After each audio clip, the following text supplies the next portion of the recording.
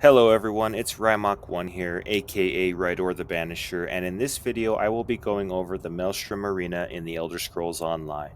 All stage mechanics and all boss fight mechanics.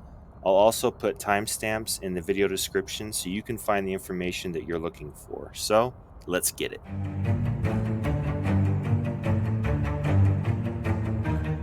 The Maelstrom Arena is a single-player arena and can be found in the zone of Hrothgar, located at the easternmost part of the map above the house Pariah's Pinnacle.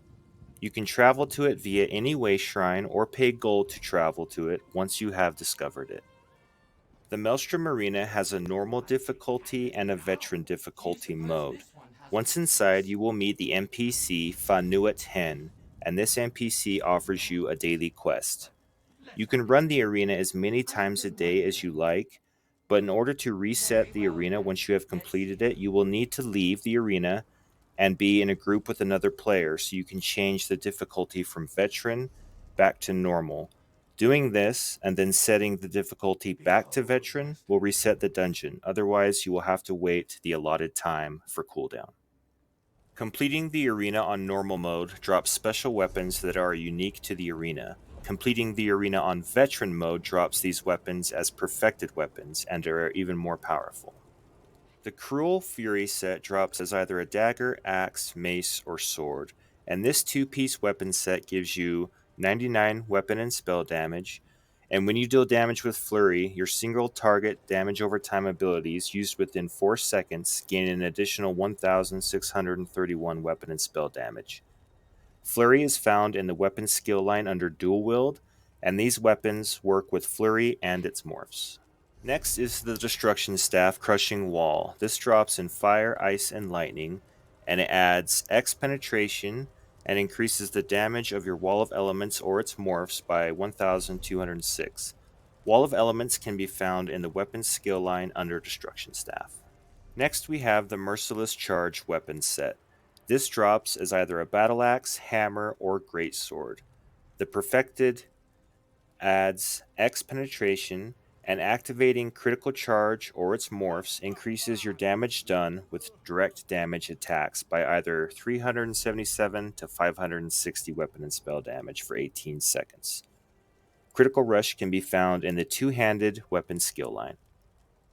Next is the Precise Regeneration Resto Staff. The perfected version adds 507 crit chance, and when your regeneration critically strikes, you restore 538 magicka. Regeneration can be found in the Resto Staff weapon skill line, and this weapon works with regeneration and its morphs. Next, the Rampaging Slash set. This drops as either a shield, dagger, axe, mace, and sword. The perfected set adds 74 magicka and stamina recovery, and when you deal damage with low slash, your next heavy attack used within 5 seconds restores 1837 magic and stamina. Low slash can be found in the one-handed shield weapon skill line, and it works with both morphs. Lastly, we have the Thunderous Volley set. The perfected version adds 507 critical chance, and the base increases the damage volley deals by 415 for each tick. Each tick also increases by 185 up to 8 times total. Volley can be found in the bow weapon skill line, and it works with both of its morphs. When you start the arena, there will be 3 rounds of trash ads, and then a 4th round that is a boss fight per stage. The first thing that you will notice is that there are sigils that glow with different symbols throughout the arena. Each sigil grants a power boost to your character for 30 seconds. And these sigils reset every round, so unless you're going for a high leaderboard score, use these like Tic Tacs to give you an advantage, especially as you get into the later stages that are more difficult. There are 4 sigils, and they last for 30 seconds each. The Sigil of Haste grants your character major expedition, and it looks like a pair of flying sneakers. The Sigil of Defense reflects all projectiles, and it looks like a shield. The Sigil of Healing boosts your healing done, and it looks like a goblet. The Sigil of Power increases your weapon and spell damage by 1,449, and it looks like a battle axe. Stage 1 is called the Vale of the Surreal, and the boss is Maxus the Many. a danger that splits into different shadows. Simply avoid the red AoE that follows you around the arena. Maxis will summon a shadow. Just kill the shadow first and then he will teleport away and start the process again. Just move to him and continue to DPS him down and kill the shadows that he summons. Repeat until Maxis is dead. After you defeat every boss, you will get to loot a chest that has some gold, a soul gem, and a gear piece. You also can repair your armor at the merchant NPC Tutor Reparius. Go through the portal when you're ready to start the next stage. The Maelstrom Arena has 9 stages total, and after you defeat the last boss of stage 9, then you will receive your arena weapon, which is also curated through the Seht collection system. Stage 2 of the arena is called Seht's Balcony. Here you will face Dwemer automatons on this stage. The 2 main mechanics to avoid are the spinning blades that circle the room. If you're struggling to avoid them, you can flip these green levers to turn them off for a few seconds. Next, the other mechanic, you will want to avoid the lightning rod in the middle of the room, as if you get too close it does heavy damage to you. So just kill the ads while avoiding the blades on the outside. Use sigils if you're struggling. The boss fight for Seht's Balcony is the Centurion Champion. This boss is pretty easy to fight, it just stands still, so just DPS it until it shuts down and gets a damage shield. At this point, a second Centurion will appear. Move over to it and DPS it, all while avoiding the spinning blades and the lightning rod in the middle of the arena. DPS the second Centurion until it shuts down and shields up. At this point, the third Centurion will appear on the other side of the room. Move over to it and DPS it until it shields up. If the spinning blades are hurting you too much or becoming too big of a hassle, just flip the levers to give yourself a brief reprieve so that you can heal up. From this point, every time a Centurion drops its shield, it will run up to you. So make sure to save your ultimate for when all 3 are closer together. Damage whichever one is not shielded and avoid the spinning blades the best that you can. Kill one at a time, then another, and then the other until all 3 are down. This fight can get kind of annoying with all 3 Centurions constantly changing shields, so I like to just get all 3 of them together and AoE as much as possible. That way when one pops, it's taking damage. When one sits down, etc, etc. If you have to, use your sigils here, especially the Sigil of Power, to help kill them even faster. So again, once all 3 are dead, you can go and loot your chest, repair your gear, and then get ready to go through the portal to start Stage 3. Stage 3 is the Drome of Toxic Shock. Here you will face Lamias, Stranglers, Hags, and Snakes. There are 3 islands surrounded by water in this arena.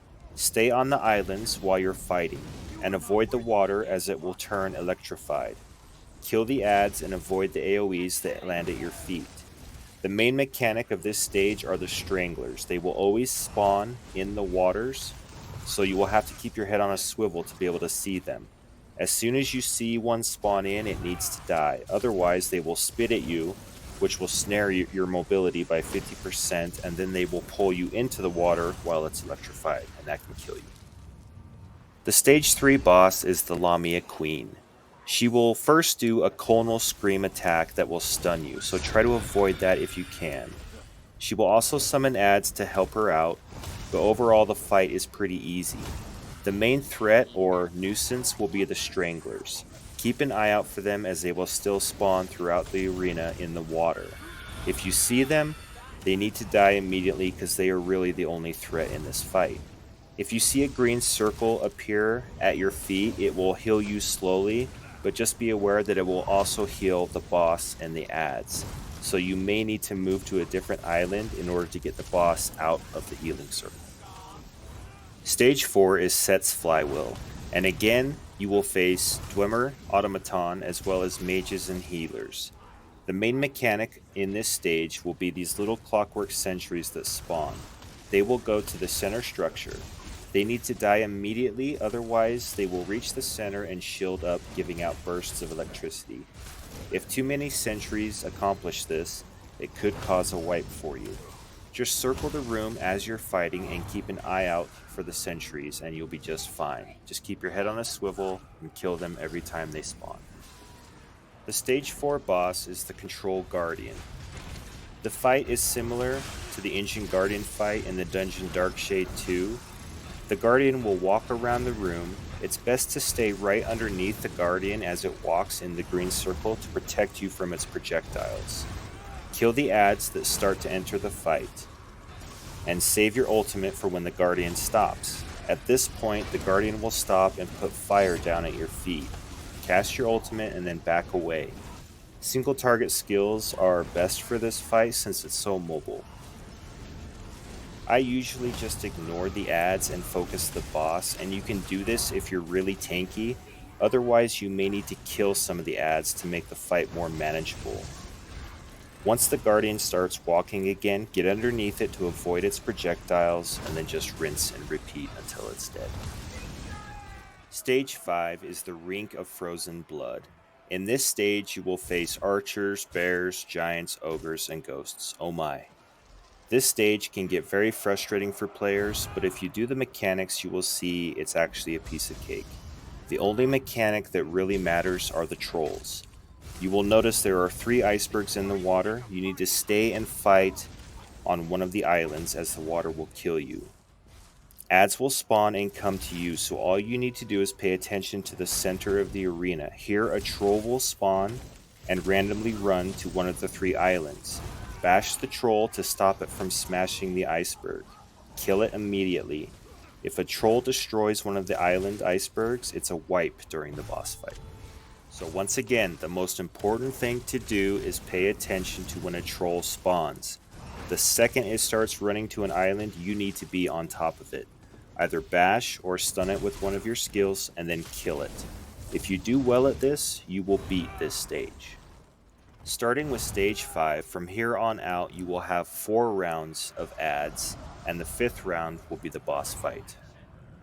The stage 5 boss is Matriarch Runa. To defeat this boss, you need to focus her at all times. The troll mechanic is in play here as well, so always pay attention to the troll spawns. Damage the boss until she flashes red, then move to another island. Keep damaging her as you make the transition. Failure to leave the island before she destroys it will kill you. DPS her on the second island, all while paying attention to the troll spawns. Once you're down to your last island, it's actually easier because then you can just let the troll come to you. Just bash and kill the troll and focus the boss until she is dead. There are a lot of adds that spawn during this fight and it can get very overwhelming.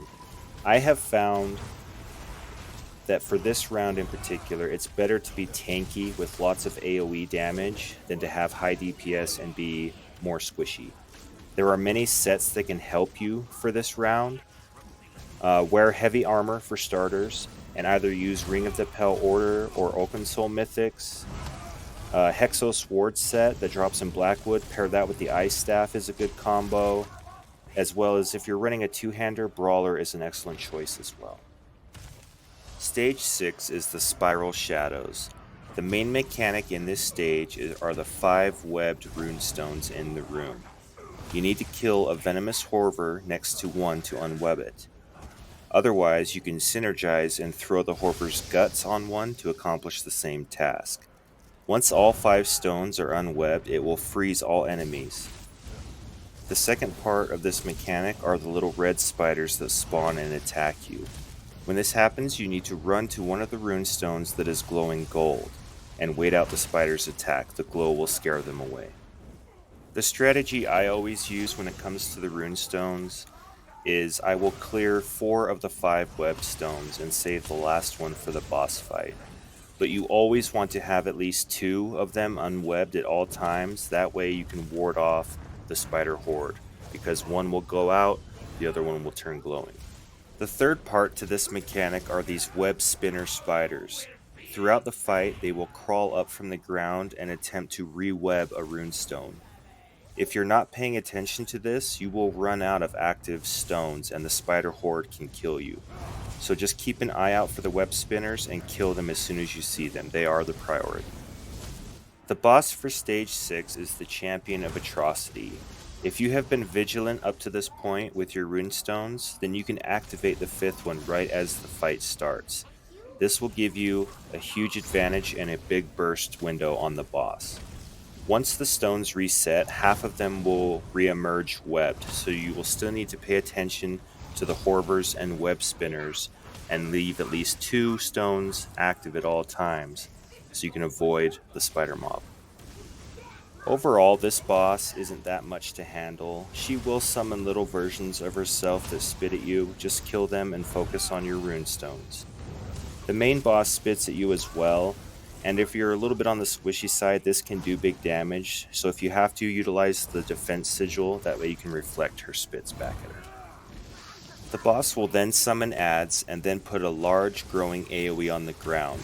Make sure to get out of this or at least block it as it hits really hard. After that, she will summon a spider horde, so just go to one of your glowing runestones and you will be okay.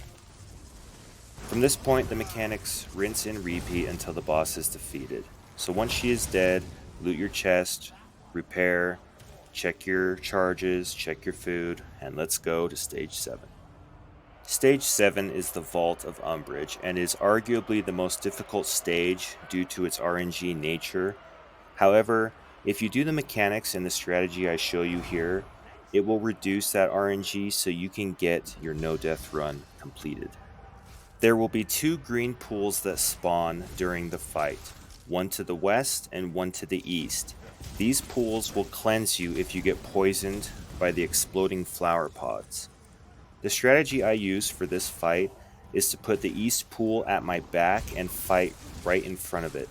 This way I can see the whole battlefield and cleanse if I get poisoned quickly. If you get too close to a poison pod, it will explode and poison you. There are also 4 pads, one in each corner of the arena, and an Argonian venom collar will spawn throughout the fight on one of these pads. When that happens, all pods will explode. So you need to have spatial awareness of where all the pods are when the venom collar spawns. And then you're going to have to go and kill the Argonian venom collar. Failure to kill her quickly will poison you anyway, and you'll still have to cleanse in one of the pools. You can only cleanse in 2 pools per round, so be very careful of that. After a venom collar attack, the pods will randomly respawn, so be light on your feet in case one spawns next to you. If you do have to cleanse in a pool, once you're done with that, move over to the other side to the second pool and fight in front of that one. That way, if you do get poisoned again, you don't have to run as far to be able to reach it. The boss for stage 7 is the Argonian Behemoth. There are 2 main mechanics that will wipe you if you do not execute them perfectly. First, the venom collar and the exploding pods. Just like during the rounds, this mechanic will happen throughout the entire fight, so you need to pay attention to where the pods are and where the venom collar spawns. Kill her immediately. If you have to, cleanse. The second mechanic, and the RNG nightmare that it is, are the 2 lightning Argonian Minders that will spawn. You need to kill one and leave the other one alive. You have to make this decision quickly as the boss will start to scream. You have to kill one Mender to prompt the other Mender to put up a spell shield wall. That way you can enter it and be safe and not get wiped by the boss's scream. Once the scream phase is over, you can kill the second Argonian Minder. Then you will have another venom collar / pod phase. These mechanics happen over and over. You'll have a venom collar phase, then you'll have a Minder phase, and a venom collar phase, and a Minder phase. So just stay patient and position yourself the best you can close to the pools in case you get poisoned. If you're lucky enough, the Minder that you decide to keep alive won't have a pod inside of its bubble. It's happened to me before and it sucks, but that's what makes this fight so difficult, is the random spawning of the pods. If it's inside the bubble, you need to make a choice. Can I survive the scream? No, you cannot. Can I survive long enough in the bubble poisoned? Maybe. Once the boss is finally dead, you can celebrate and then loot your chest, repair, and now it's time to go on to stage 8. You are almost there, so stick with it. Stage 8 is the Igneous Cistern, and there are only two things that you really need to pay attention to. First, you'll notice there are 3 broken pillars that are on the outskirts of the arena. Every time an elite mob or boss spawns, one of these pillars or all 3 of these pillars will become whole. At that point, you need to destroy the pillar to be able to damage the boss or the ad. The second threat that you will face are the Drome Kindgald mages.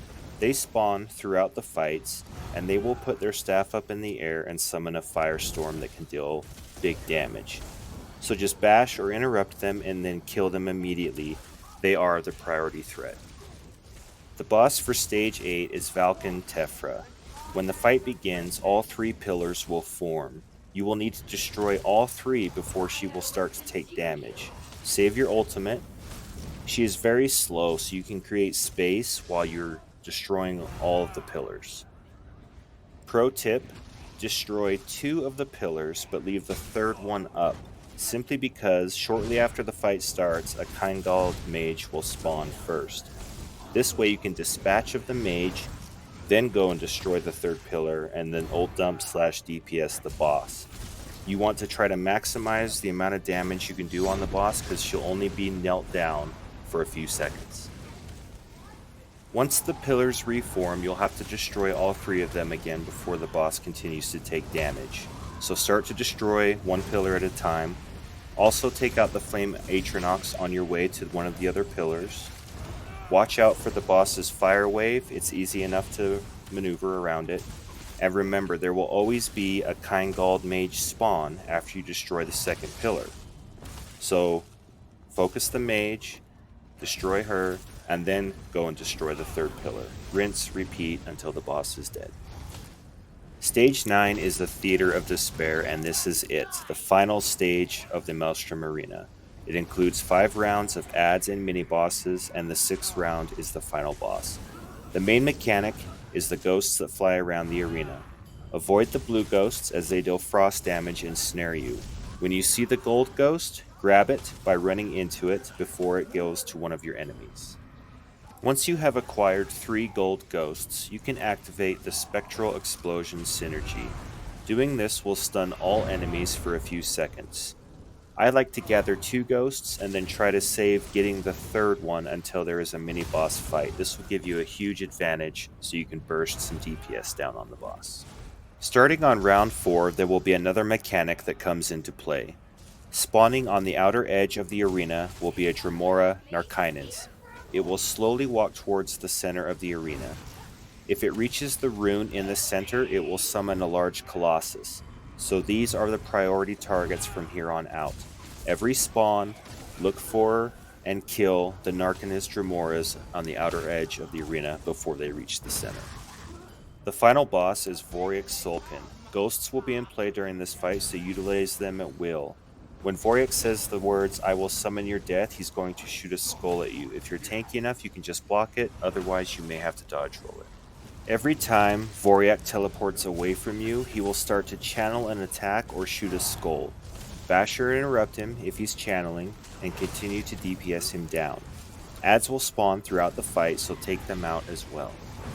At 68% health, Voriak will teleport to the center of the room and take no more damage. Take this time to heal up and clear all the ads. A glowing pad will appear at the edge of the arena, and a ghost Clanfear will spawn. You need to kill the Clanfear on top of or as close to the pad as you can so that you can activate the portal to go up top. Once you are up top, 3 things will happen. First, Voriak will shoot a skull at you. You need to dodge roll this, otherwise it will knock you off the platform and into the lava down below. If this happens, you'll have to kill some ads and another Clanfear on a portal to be able to get back up top. Second, Voriak will start to put his hands in the air and a floating wall will circle the ring.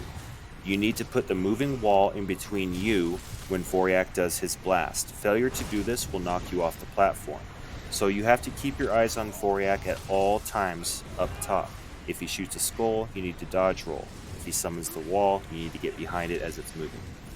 Lastly, in order to complete the topside phase, you need to damage and destroy the 3 crystals on the ring. This phase can be chaotic and frustrating, especially if you're a Magicka user. You may not have that much stamina to keep dodge rolling and sprinting. So using stam potions or switching to stam food here will give you a bigger pool to do this phase. Heavy attack the crystals to keep your resources up, and most importantly, stay calm and keep your focus on what Voriak is doing. Once you have destroyed all 3 crystals, the fight continues back down in the arena. When Voriak appears, he will do his channel attack, so bash or interrupt him. From here on out, adds will continue to join the fight, as well as the Narkian summoners that slowly walk to the center of the ring. Use the ghosts and the sigils in the arena to give you bonuses and advantages. Focus, Voriak, and the Narkian summoners until they are all dead. Once you defeat Voriak, a chest will appear in the center of the arena. Here you will receive some loot as well as a perfected Maelstrom weapon. Hopefully, after viewing this video, you also achieved your no death run and you got the Flawless Conqueror achievement as well, so congrats. Well, that's it for this video, folks. I hope it helped you complete the arena on vet mode and get those perfected weapons. I really hope you get the Flawless Conqueror achievement as well. Thank you so much for watching. This is Rydor, out. When I was your age, we had to run this arena 1,000 times to get the bow or staff that we wanted. Gah!